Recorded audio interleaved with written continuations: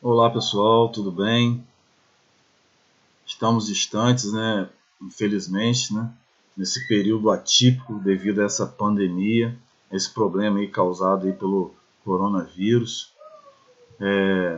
Mas a gente tem que manter a fé, ter a esperança de que esse momento vai passar, né? Em breve, se Deus quiser, e que a gente vai estar junto novamente, né? Enquanto isso, a gente vai dando prosseguimento aos nossos estudos, né? Vamos arregaçar as mangas e continuar crescendo intelectualmente, né? Não, aproveitando esse tempo que a gente está em casa para estudar também, ler mais livros, né? Conhecer mais sobre filosofia, sobre sociologia e outros assuntos também, né? Vamos aproveitar para a gente poder adquirir mais conhecimento. A gente começou a falar, né, em sala de aula sobre a filosofia e o conhecimento. Eu vou voltar aqui em alguns assuntos para até para a gente poder dar prosseguimento e vocês relembrarem de alguns conceitos para a gente poder avançar nesse estudo filosófico sobre o conhecimento, de como funciona ou de como o ser humano tem essa capacidade de conhecer, de saber das coisas, ok? Vamos. Minha aula vai ser por aqui, à distância, vai ser por, por meio de slides, né? Eu vou ler cada slide e vou explicar cada um deles. A gente mais à frente vai ter, gente, uma semana de exercícios e também nessa mesma semana a gente vai poder tirar todas as dúvidas, ok? De qualquer forma, estou à disposição para tirar qualquer tipo de dúvida de vocês, ok? Como sempre estive, né?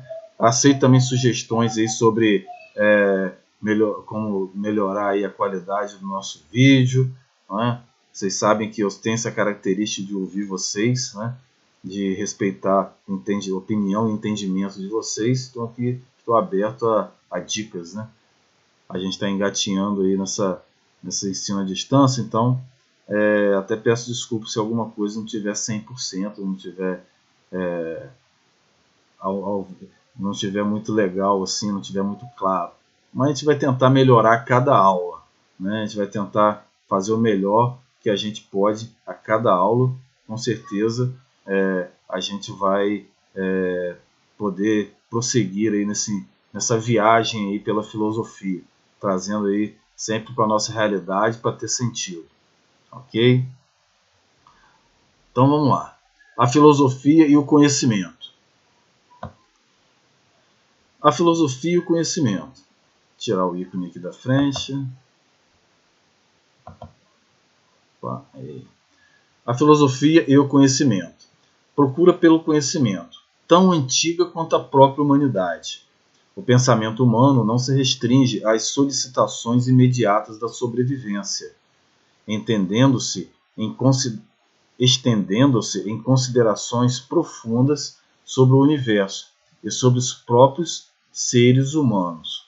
Quer dizer, essa busca pelo conhecimento, essa busca de como saber, de como entender como funciona essa absorção, essa aquisição de conhecimento pelo ser humano, ela é bem antiga, né? Ela vai lá desde os tempos lá dos pré-socráticos, né? Que vocês já estudaram lá no primeiro ano, né? De Pitágoras, Tales de Mileto, Anaximandro, Anaxímenes. Desde aquela época, o ser humano já indaga, né, a questão do conhecimento, como funciona o conhecimento, como o ser humano consegue adquirir conhecimento, né?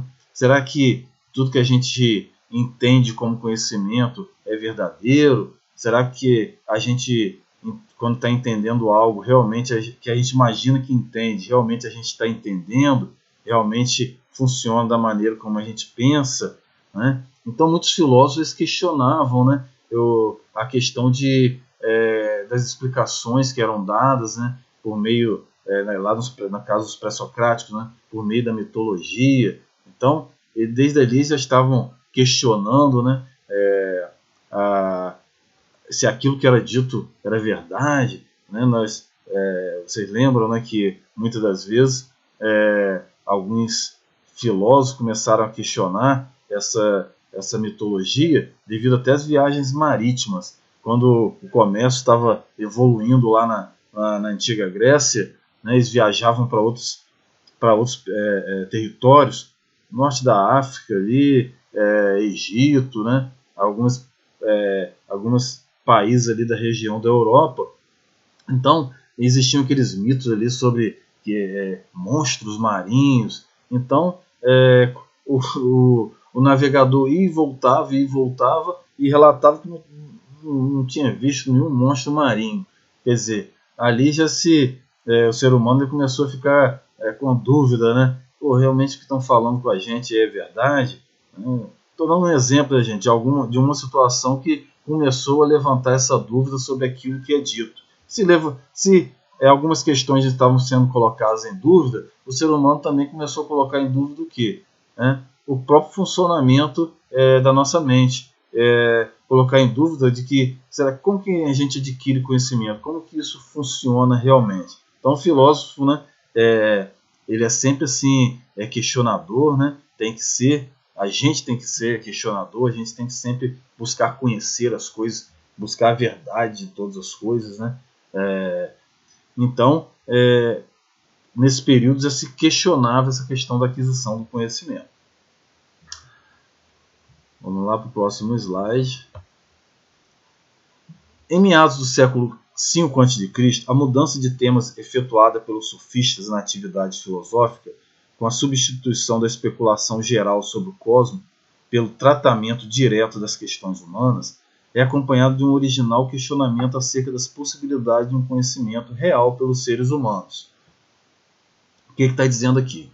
Bem, eu estava falando para vocês que os pré-socráticos, né, eles já começavam a meditar ou a tentar entender o funcionamento da mente humana, né, de buscar entender se realmente aquele conhecimento que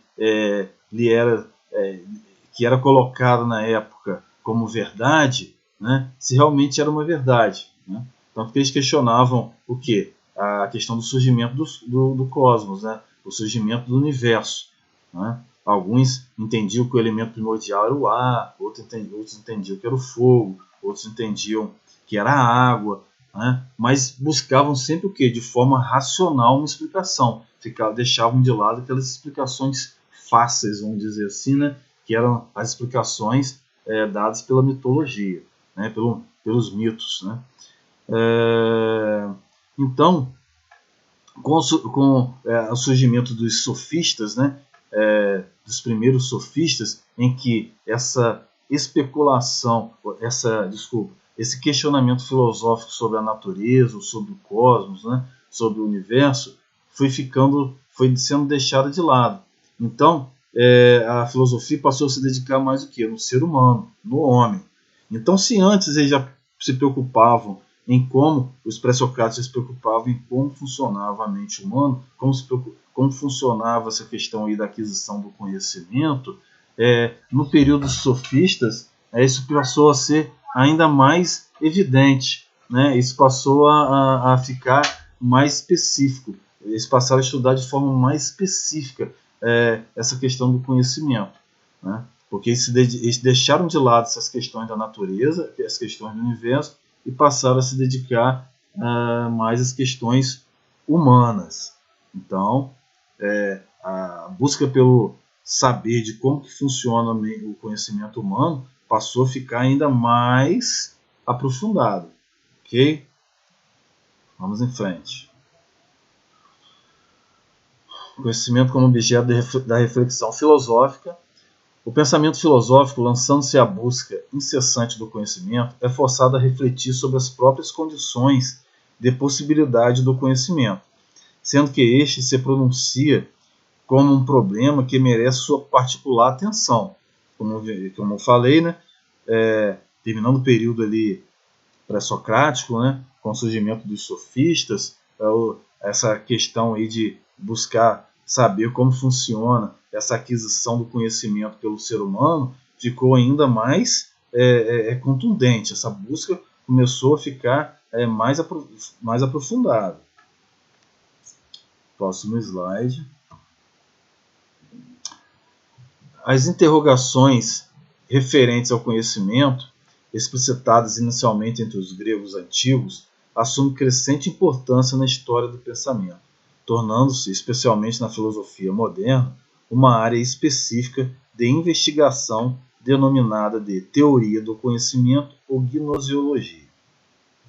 Então, gente, olha só, já era isso, a questão do conhecimento já era questionada lá na época dos pré-socráticos. Vieram os sofistas, né? Vieram Sócrates, Platão, Aristóteles também trabalharam essa questão do conhecimento humano, né? Mas no período moderno, né, com Descartes, com David Hume, com Locke, então esses filósofos passaram a se dedicar quase que exclusivamente a essas questões do conhecimento, né? Eles passaram, aí que surgiu o quê? A teoria do conhecimento, ou gnoseologia, ok? No período moderno, né? A gente vai falar sobre cada um filósofo desse, sobre o que cada um pensa sobre a teoria do conhecimento, ou sobre a aquisição do conhecimento, ok? Vamos em frente.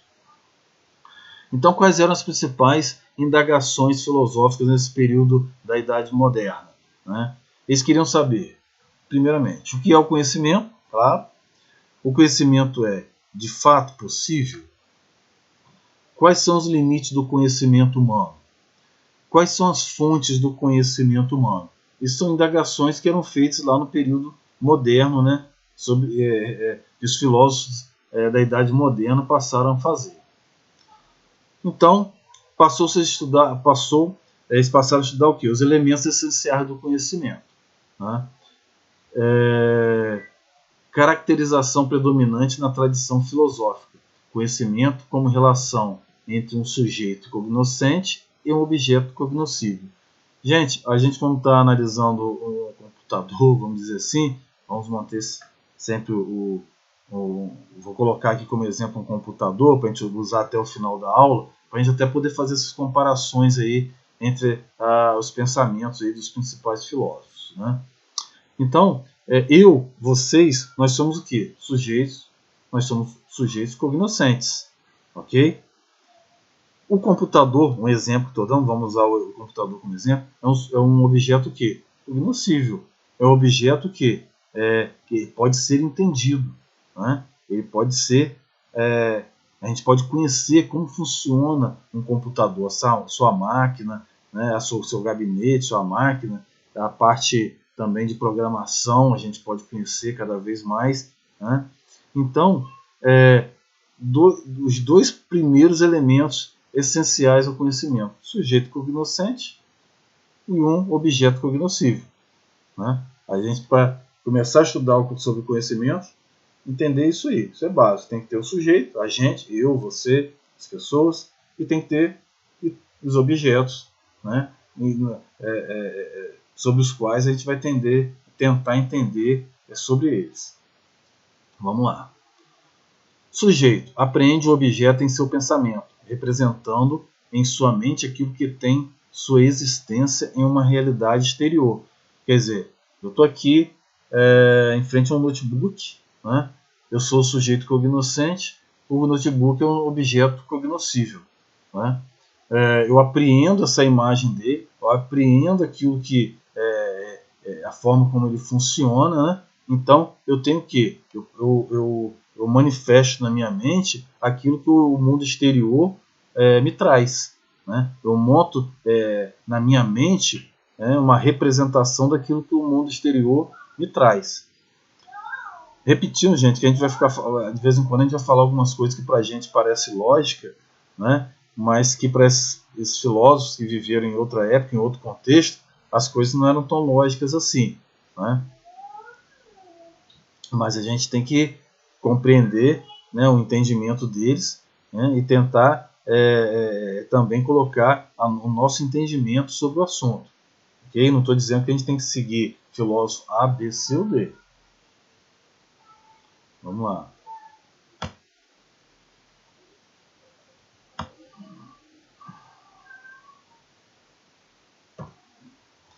Crença, justificação e verdade. Eu já falei com vocês sobre isso em sala de aula, né? Estou voltando para a gente para a gente compreender melhor, para a gente também relembrar, né? Porque a gente passou por esse período aí, está passando por esse período complicado, e eu sei que muitas vezes alguma coisa a gente até já não está lembrando mais. Mas a gente, até porque também quando a gente toca em determinado ponto, a gente precisa voltar em alguns conceitos que a gente já falou para poder ficar de forma mais clara, né? Crença, justificação e verdade.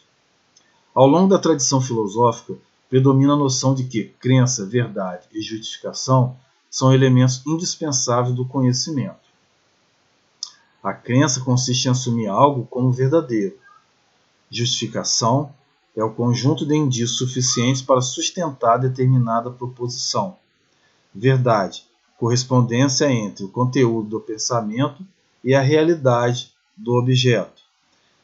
De acordo com essa concepção, há conhecimento quando o sujeito representa mentalmente o objeto do modo como este efetivamente é, desenvolvendo a seu respeito uma crença verdadeira e apoiada em evidências que confirmam sua validade. Vamos lá, agora eu vou explicar, né, os 4 slides aí.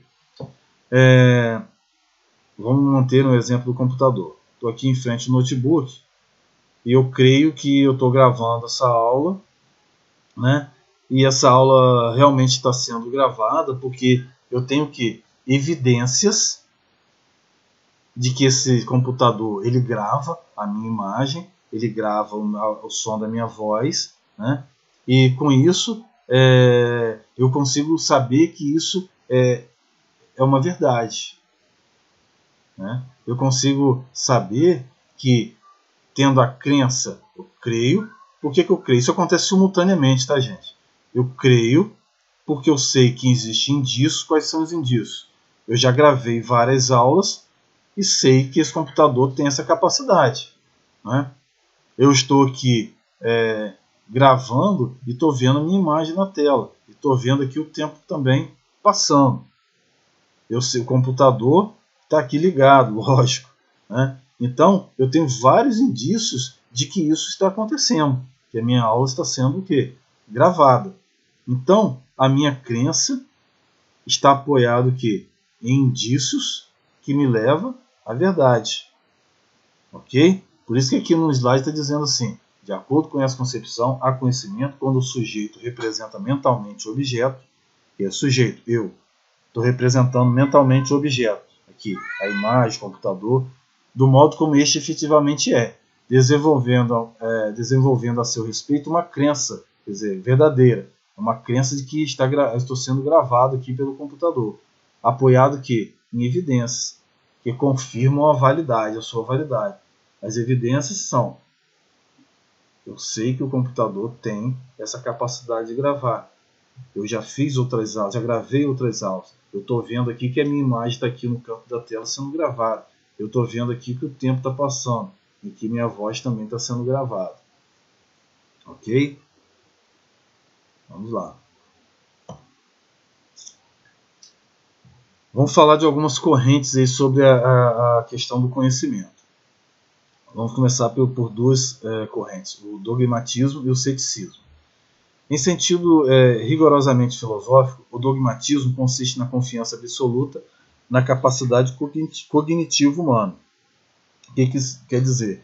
Para o dogmatismo, a gente tem essa capacidade, né, inata, né, de conhecer os objetos, né? Eu já nasci com essa capacidade de olhar para um computador, né, e conhecer o computador, o funcionamento de um computador. Como já falei para vocês, é lógico que depois, por meio da experiência, essa experiência vai complementar o conhecimento. Mas não foi a experiência que me deu a capacidade de conhecer. A capacidade, ela já nasce comigo. Ok? A capacidade já nasce comigo. Ter a experiência com o computador é uma complementação ao conhecimento. Vamos em frente. Ceticismo. O ceticismo, em sua forma radical, nega a possibilidade de um autêntico conhecimento humano. Ou, em outros termos, entende que jamais somos capazes de afirmar a verdade ou a falsidade de uma afirmação sobre a realidade. Quer dizer, é uma corrente bem radical, né? segundo essa corrente, o ser humano, na verdade, ele não consegue compreender tudo à sua volta, né? Ele não consegue compreender todas as coisas. Isso é impossível para o ser humano. É uma corrente bem radical, que tem suas ramificações que a gente vai ver agora. O ceticismo relativo consiste na negação da possibilidade de conhecimento acerca de algumas questões que jamais poderiam ser resolvidas pela razão. Okay? Então, para o ceticismo relativo, algumas questões a gente consegue conhecer e outras não. Por exemplo, a gente consegue provar a existência de Deus, né? A gente consegue... uns até pode até defender essa teoria, né, que conseguem provar a existência de Deus. A gente aqui, gente, não está falando de espiritualidade, a gente está falando assim, a gente está trabalhando em cima da razão, tá? Aqui a gente não está criticando fé de ninguém, tá? Nenhuma religião, né? Mas para os ceticistas, né, os que defendem o ceticismo relativo... Só um momento, desculpa que o celular ligou aqui, eu esqueci de deixar no VibraCal. No início vai acontecer alguns contratempos assim, né, gente? Até a gente ganhar experiência, né? O ceticismo relativo, vamos voltar. O ceticismo relativo consiste na negação da possibilidade de conhecimento acerca de algumas questões que jamais poderiam ser resolvidas pela razão. Então, como eu estava falando, pela razão, né, a gente não consegue provar o quê? A existência de Deus. A gente crê em Deus pela fé. A gente tem a fé de que Ele existe. Mas a gente não consegue provar. Alguns dizem que conseguem provar. Mas eu estou falando assim, a maioria das pessoas entende que não pode ser provado. A gente acredita e crê em Deus por meio da fé. Estou dando um exemplo aqui. Então, você não consegue entender a existência de Deus, você não consegue comprovar a existência de Deus. É um exemplo aí do ceticismo relativo. Já o ceticismo metódico compreende a ignorância ou exercício radical da dúvida como ponto de partida indispensável ao percurso do conhecimento. Quer dizer, para esse ceticismo, para os defensores do ceticismo metódico, você, para conhecer algo, né, você precisa antes negar tudo que você conhece sobre esse objeto para trás.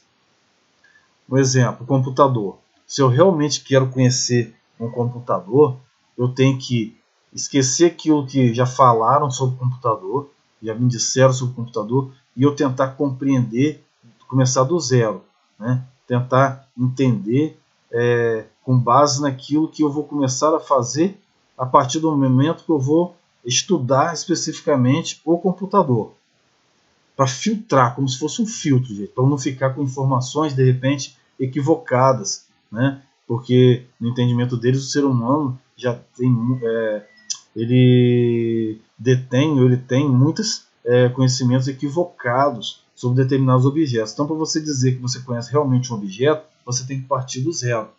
Por isso que você é chamado de metódico. Você começa do zero e começa a desenvolver um conhecimento sobre aquele objeto, né, sem levar em consideração tudo que foi falado sobre ele antes disso. Ok? Vamos para o próximo slide. Relativismo e pragmatismo. Nas duas correntes. O relativismo e o pragmatismo renunciam à noção de verdade como uma relação de correspondência entre sujeito e objeto. Para os relativistas, não há verdades universais que se apresentem à consciência dos seres humanos. Em todas as épocas e lugares, a noção de verdade é radicalmente deslocada para o sujeito. Então, para os relativistas, né, o que é verdade está na mente do ser humano. Né? Por isso que é relativo, por isso que é relativismo. Né? Para mim, uma verdade pode não ser a mesma, né, da de vocês, por exemplo. Referente ao computador, por exemplo. Eu entendo que o computador funciona de determinada forma. Para mim, eu tenho então isso como uma verdade. Né? e vocês entendem que ele funciona de uma outra forma, vocês têm uma outra verdade dentro de vocês. Então, para os relativistas, o conhecimento está na mente humana, está no ser humano, né? E não no objeto em si. Ok?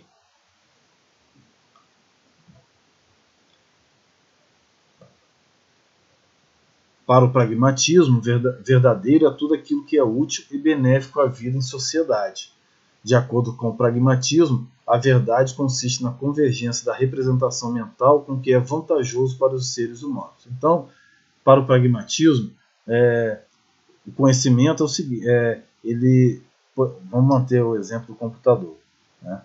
Para mim, o computador ele é um objeto que me traz muito conhecimento por meio da tecnologia e me traz muito conforto, né? Para trabalhar em casa, fazer esse home office, né? Que agora tá todo mundo, muita gente está fazendo devido a esse coronavírus aí, né? Então, esse computador ele tem um efeito prático para mim, por isso que é chamado de pragmatismo.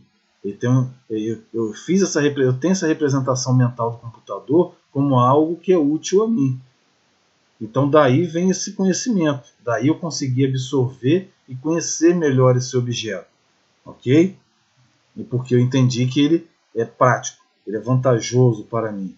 Então a gente, segundo os pragmatistas, né, o pessoal que segue a corrente do pragmatismo, a gente tem que ser levado em consideração aquilo que é vantajoso para o ser humano naquele determinado objeto ou naquele determinado assunto, ok? Para o ser humano conhecer realmente aquele objeto.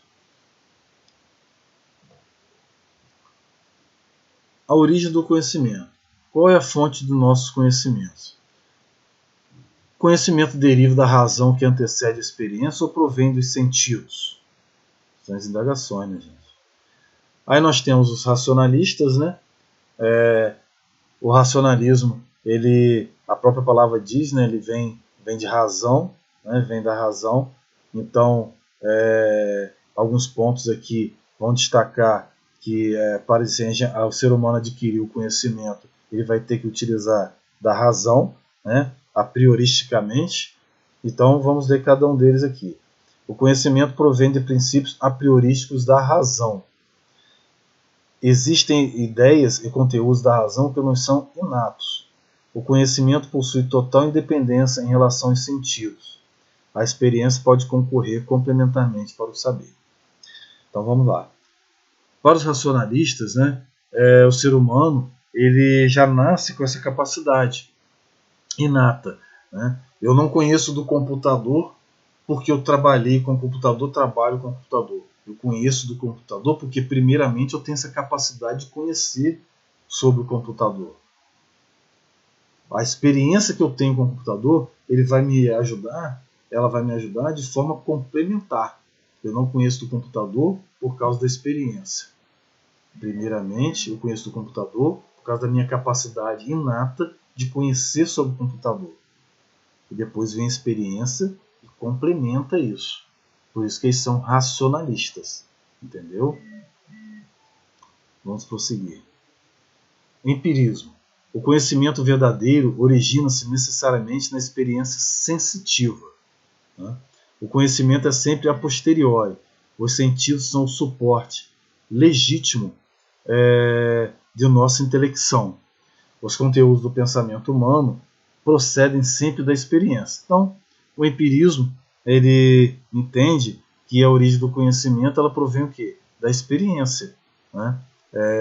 Nós temos que ter uma experiência primeiramente com o objeto para poder conhecer desse objeto. Então, o computador, se eu conheço sobre como funciona o computador, se eu sei o que é o computador, é porque eu tenho experiência com ele. Não é por causa da capacidade que eu tenho, e sim inata, né? Não é da capacidade inata. Assim que eu tive experiência com ele, então eu aprendi sobre ele, ok? Então ele faz um caminho, né, contrário, ele é diferente do racionalismo. Ele compreende não a experiência como uma forma complementar de conhecimento, mas sim como uma forma primordial de conhecimento, ok? Mais para frente, a gente vai fazer vários exercícios, então essas teorias vão ficando mais claras, né, gente? Eu sei que no primeiro momento não é fácil compreender, né, essas questões sobre o conhecimento, mas vocês podem ficar tranquilos, a gente vai fazer vários exercícios, vou tirar as dúvidas, a gente volta ao assunto se for necessário, né, e vocês vão terminar aí o bimestre sabendo sobre conhecimento.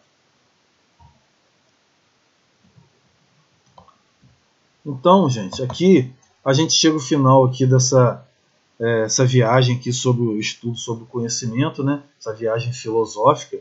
Se alguma coisa não ficou clara, a gente vai lá na frente buscar esclarecer mais, né? Como já falei, por meio dos exercícios. E vamos estudar, né? Leem as apostilas, a apostila nossa aí de filosofia, né? Isso é importante. E continue estudando com força, afinco e fé em Deus. E até a próxima. Um abraço a todos aí. Obrigado.